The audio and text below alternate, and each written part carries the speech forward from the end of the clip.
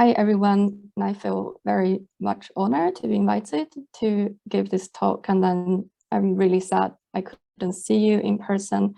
I'm actually in Longyearbyen, been doing field work in the last 2 weeks, so I was hoping to see some of you, but yeah, it is what it is. Unlike many of you, I'm a newcomer to both Arctic research and also science, so thanks for having me. I'm also a social scientist, although once upon a time I was studying to become a biologist and food engineer. But in a sense, this talk today extends very well from Anne's keynote earlier, because many of the things I will be talking about echoes and reflect back to what she brought us to think about and discuss. So the title is Seeing the Bridges, and it's symbolic, of course, and insights from an interview study with natural scientists and technicians in Svalbard. Is it? Yeah, no. So since September 2020, I've been working for this project called SWALU, where we really want to understand the environmental change in Svalbard through combining knowledge from monitoring, long-term monitoring and research, but also histories and local experiences. And the main aim of this talk is threefold. First, we want to share, communicate what we've been finding interesting and also relevant from the interviews in relation to SciO's ongoing work. And we want to get some feedbacks from the SciO's community regarding these points. And also we want to explore and exchange what might be possible in the future, and also perhaps make SciO's work more relevant to society in the future. And this interview is qualitative in nature, so the themes and the points I'm talking about is not at all meant to be representative. So that is, I hope that's understood. And the points I'm raising in the following slides will be understood as enablers or conversation openers. So hopefully we can discuss about it. So feel free to pop in some comments in the chat. I won't be looking at them, but we can discuss later. And one of our main aims in SWALU is to bring together, as I mentioned before, environmental monitoring and local knowledge to document the richness of Svalbard's memory on environmental change. And it won't be very difficult for you who have been living and coming to Svalbard so many times to understand what I mean about this memory. And it includes, of course, the extensive and also expanding database collected, stored and used by many world-leading natural scientists from many different countries and institutions who have benefited this great access and infrastructure in Svalbard.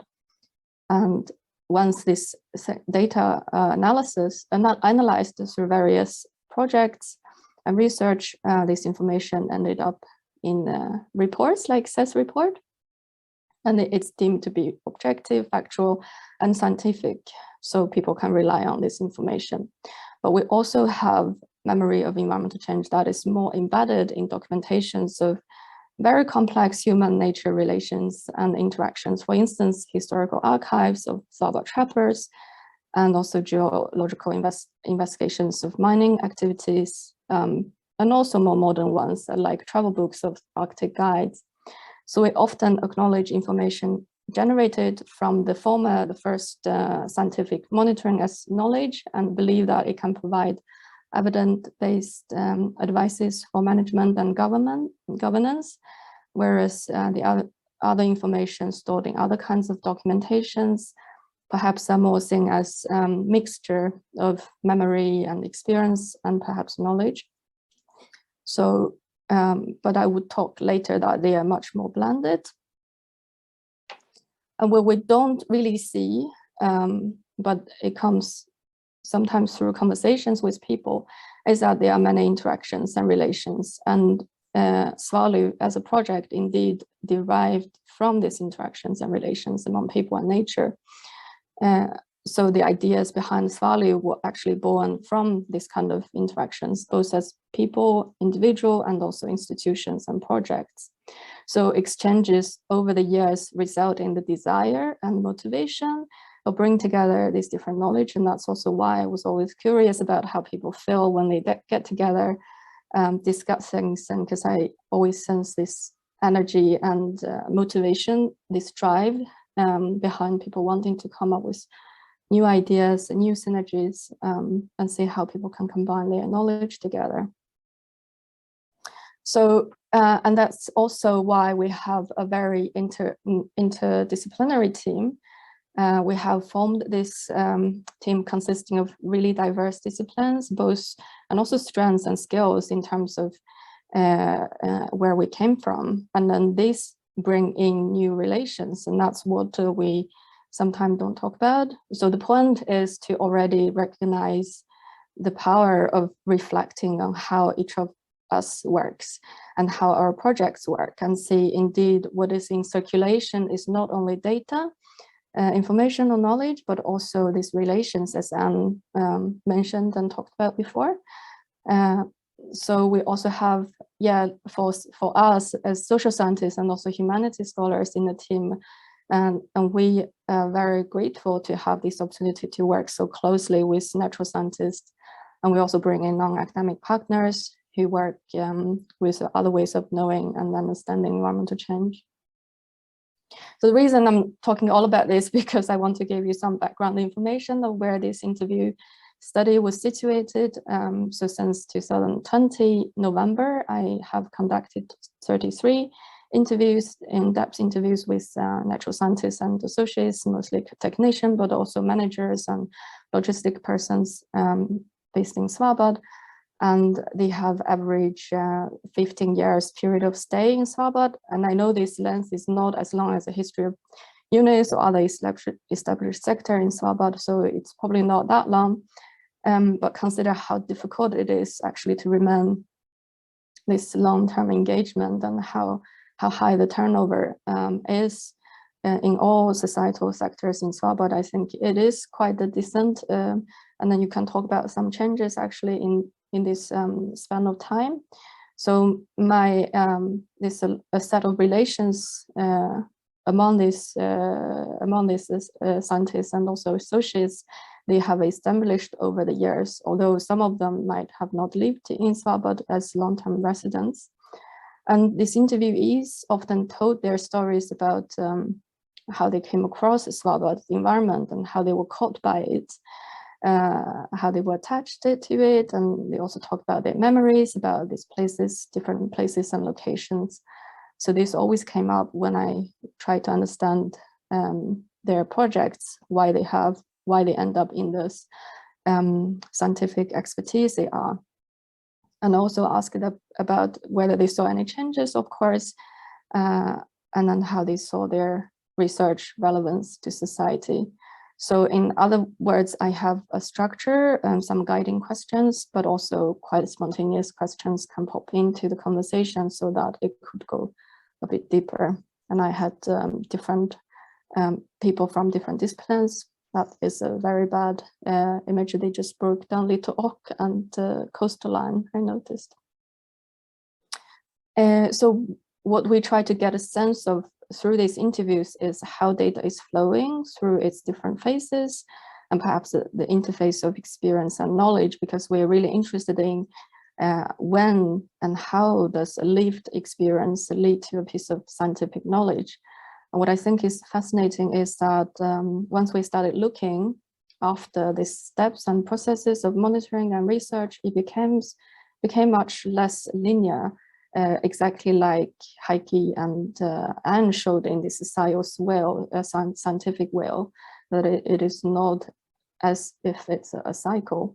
And when people try to also memorize and reflect, they started to make sense of these different links that exist in these wheels, that they have actually always been there, but was sort of taken for granted. So one of the links is the so-called local knowledge. I said it's so-called because people have different opinions about it, and then we can also discuss. And one quote from one scientist talked about this gratitude he felt about how the locals might appreciate nature in Svalbard, and referring to himself as making a connection. So although not everybody would agree on this feeling, there was a recognition of local knowledge that is accumulated through experiences and activities. And there are different ways of interacting in the environment, with the environment, natural resource and conditions, for example, with guides and people who do a lot of leisure activities in the wild and outdoor sports, that people will recognize this ability of seeing risks actually linked to your ability to observe and of course remember and take record of how things have changed. And that is some skills and knowledge in that. A lot of people living in Longyearbyen are very good at that. So that was recognized by scientists.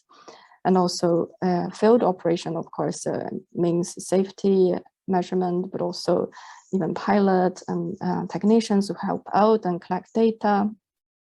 And there's a lot of knowledge there. People recognize that. The fishermen, they do have specific immersive experiences sometimes if it's about finding species. And then, interestingly, these scientists said, I think sometimes it gives me ideas of new important mechanisms.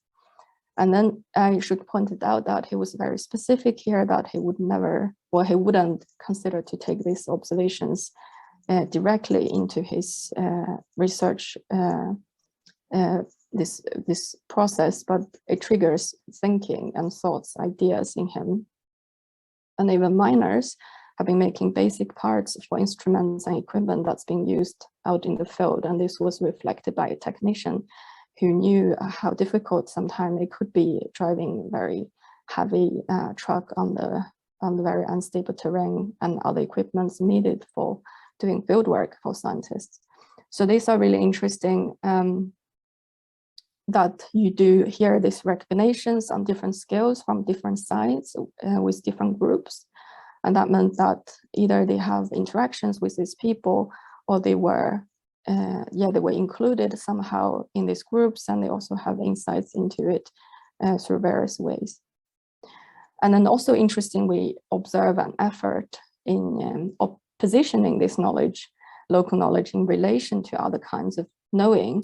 For example, long-term monitoring and research. For instance, one said that he described this incident where an engineer noticed that for 15 years he's living there. He got this observations of insect population, and that small note by the engineer worked into the scientist's mind and made him realize that nobody was measuring this change, at least in Yellowstone. So since he was there, then he started doing it. And there's also more clear recognition or positioning, like this quote, and said, we might not have explored importance of autumn weather much further had it not been for casual conversation with a long-term resident of Longyearbyen. So besides recognizing the local knowledge and appreciating it, like the last slide, these scientists also consciously or unconsciously, we don't know, try to find a place for such local knowledge, the influences and also the values. So in this, maybe they were trying to put it into the conventional, what people would imagine, the cycle of knowledge making. And this, interestingly too, scientists, they do not reside in Svalbard or Longyearbyen. They keep coming back, but they had perhaps easier time to identify these values and also position for such influences, because it was at some point decisive for their decision of asking a certain question. But for this third scientist who lives in Longyearbyen, she noticed about the kinds of change. She started talking about changes for practical reasons, and like pack your backpack for field work in August, and that you didn't have to bring these rain jackets and waterproofed clothing before. And also when you have kids, for the autumn, the weather is more unpredictable, so you just have to prepare these daily things. And that gives her some perspective as a researcher. So that in this case, it's more dissolved in everyday life, also more compelling maybe, as it is not really about whether you pay attention to the small and subtle changes or conversations. It's just right in your face, sort of. So such difficult difficult. Sometimes it could be difficult to recognize this influences. I think, but also they are so different. They take in such different forms and propose different possibilities and potentials of positioning and understanding. See the values of local knowledge. And this made me wonder about these buzzwords such as co-production, co-creation, and co-design. Where do these influences and exchanges, where do they begin? Where do they end? Or, how do you draw lines? In Svalbard, we try to include and also ask for contributions and participations from the public via a tool called Maptionnaire. And so people can mark the changes they see and experience, and we also do focus group. We ask people to mark on the maps.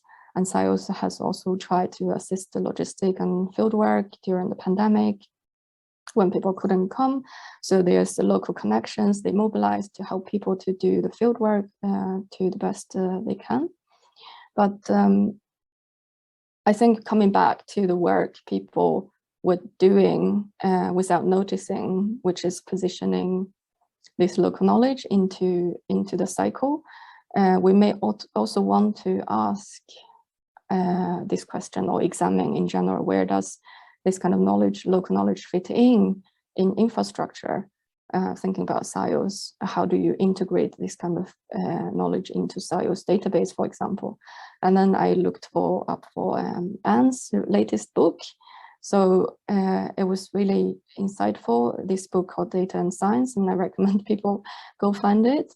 And this graph shows sort of like the conventional cycle of data I was talking about, and but it could be easily translated actually into knowledge making cycle as well. And there is this part called interaction with the world, seems to sit pretty neat, like tidy there. Either as a beginning, or you can say it's the beginning of the cycle or the end of the cycle. But what these quotes we just read, they seem to say that they're actually pointing to all these other places in the cycle as well. And I would like to maybe ask you to already start thinking in the back of your head, where do you see your interactions with the world? And they could be both nature and nature and people. Where are your interactions with the world sit in the process of doing science? So this is a small insight from the interviews, and I can't emphasize enough that it's not representative, and I would love to hear how people react to it, if they also see these values in local knowledge, or what does that mean to them. But then in general, we learned from these interview studies, these interviews, that local experiences are part of knowledge making process, but and reported in academic writing, understandably. And they are also emotional connections to the place, and being there are crucial for long-term monitoring, data gathering, that Anne also mentioned before, I think. And also scientists are dependent on, influenced by local knowledge. But then, that's the last point I think we could discuss potentially. People have very different experience about that. So it comes to this question I always ask myself, so what? Because yes, it sounds nice, but what do you do, and what does it mean? And I think perhaps this inside out approach Anne was talking about earlier might feel like when you actually have to do it or go further to ask this so what question is a bit strange, because it's very confrontative. You have to confront these thoughts that we are quite fine without, like, we can continue business as usual without thinking about it. But it's always fun to provoke and confront, make yourself a bit uncomfortable.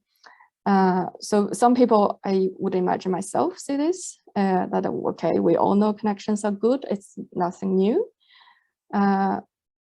Great, I think we should just all embrace it. And also some people would say, and I would also say, we have connections more or less, so it's already done. And I really much agree. Well, I don't think it's finished, but it's always been there. We all have connections. We just have to recognize it, acknowledge it, and also do more maybe. As to, it doesn't really feel convincing. What's the point? And I think I think one of the points I really want to get through is most of us don't really see these interactions or connections and bridges, whatever you call it, as part of doing science. It feels trivial, it feels anecdotal, it feels not scientific. So these existing exchanges, connections, and bridges might be and can be re-evaluated. And that's my purpose of this small talk. And I think what also brings back to the beginning of this talk, that we want to also help ourselves and society to reflect on societal relevance.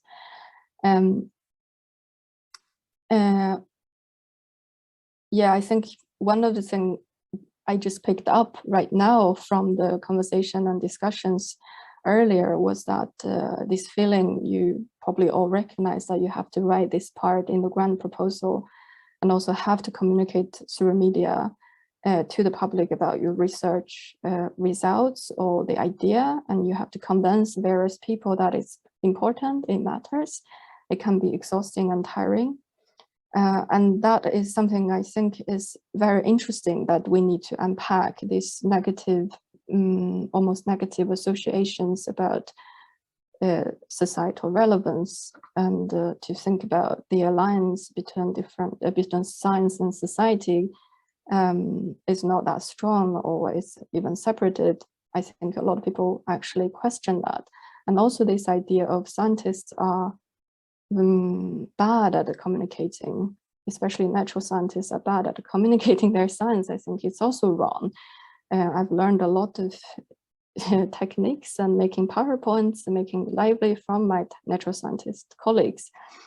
So I think there's a lot of emotions and maybe presumptions to be unpacked there, which I look forward to see some comments maybe, but it shouldn't be an extra job because they are already there. That's the whole point. And echoing maybe these three guiding, yeah, so we also see these different parts actually feed into the interactions with the world. If you are not having this project, you're probably not going out in the field, go to these wonderful places to have interaction with the places and also people.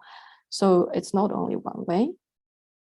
And if we go back to the three guiding questions Anne proposed earlier, we may see the connections we build via our interactions with the world as organically integrated in all three questions. So what relations are created via data, around data, what kind of processes can support these relations, and what kind of values we might reconsider these relations can have for our monitoring and also research.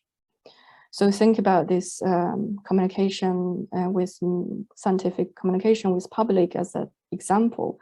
I think it's interesting to think into each of these steps of what kind of relations are created when you try to talk to media or journalists, or and why that process can be experienced in one way or another, and what kind of values people put into it. Why do certain messages get miscommunicated? So what can SciOS do? This is almost the last slide. And I think it was already said many good things and really interesting and important things from both from yesterday and today. It was really interesting to and inspiring to see the recommendations different groups were making. SciOS intends to make Svalbard a good example to the rest of the world, how data can be collaborated. And I remember that sentence from Heike yesterday. And again, this goodwill and also motivation are coming from lived experiences. I think one of the first speakers from yesterday's CES report opened his talk by saying the project was driven or motivated by this lived experience of warming climate. And I believe many people have that here. But then for SciOS, maybe, again, going back to the three leading questions, maybe documenting, sharing, and also integrating different types of data. That was actively asked by the Research Council yesterday. How do we record and document these integrations of different types of data? I think SciOS has very great potential to do, and also creating space for interdisciplinary, transdisciplinary collaborations and networks, like exactly what we're doing now. Also the snow workshops, other kind of online workshops I was doing, it was all very creative and also energetic space opened up.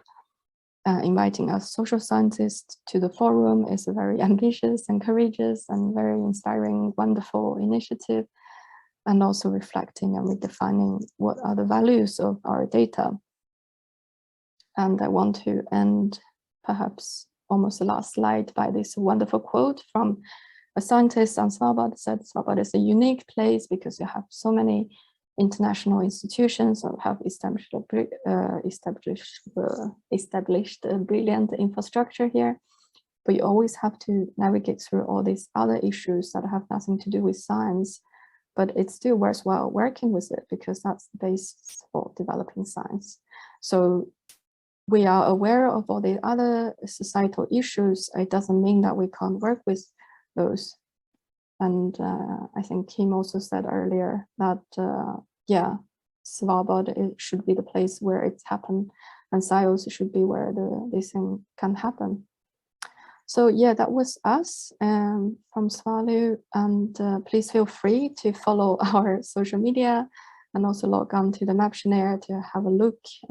There's already 600 people or even more, I think. I don't remember the latest number. Many people have logged in and marked their observations. So yeah, I look forward to some discussions and comments.